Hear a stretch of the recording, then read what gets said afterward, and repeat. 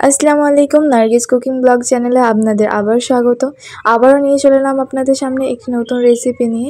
আজকের রেসিপি হলো আমের আইসক্রিম।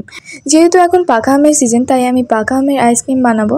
তাই পাকা আমের আইসক্রিম বানানোর জন্য দেখুন, প্রথমে দুটো আম নিয়ে নিয়েছি। দুটো আমকে ভালোভাবে পরিষ্কার করে নিয়েছি।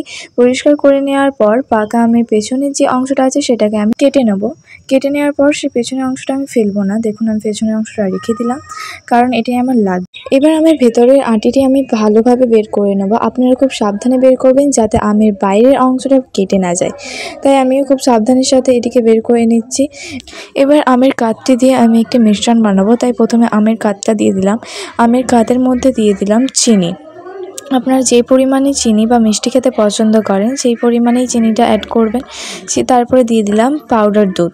পাউডার দুধ আমি দিয়ে দিলাম 2 প্যাকেট। এখানে প্রথমে 1 প্যাকেট আমি দিয়েছিলাম, ভেবেছিলাম হয়ে যাবে, কিন্তু তারপরে মনে হলো যে না, আরেক প্যাকেট লাগবে। তাই তার মধ্যে আমি আরেক প্যাকেট অ্যাড করছি।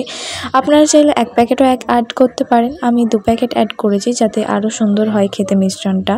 এবার লিকুইড দুধ আমি অ্যাড করে দেব। লিকুইড দুধটাও আমি দেখুন এর মধ্যে দিয়ে দিয়েছি, পাউডার দুধও দিয়েছি এবং লিকুইড দুধটাও দিয়েছি। দিয়ে একসাথে মিক্সিতে ব্লেন্ড করে নিয়েছি। দেখুন, ব্লেন্ড করার পর মিশ্রণটা কতটা সুন্দর দেখতে লাগছে।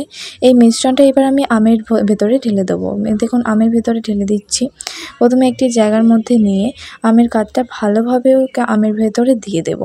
এই আমের মিশ্রণটা আমের ভেতরে দেখুন দিয়ে দিলাম। দিয়ে দেওয়ার পর এবার একটি জায়গার মধ্যে এটিকে ভালোভাবে শিফট করে দিতে হবে। এবার দেখুন, আমি একটি জায়গার মধ্যে শিফট করে দিয়েছি। আমি পেছনের অংশটা ফেলতে এই জন্য বারণ করেছিলাম, যাতে পেছনে এভাবে দেওয়া যায়। দেখুন, দিয়ে দিয়েছি।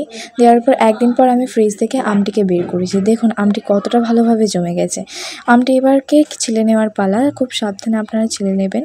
আমিও ঠিক এভাবেই ছিলে নিচ্ছি। আপনারাও ঠিক এইভাবেই ছিলে নেবেন।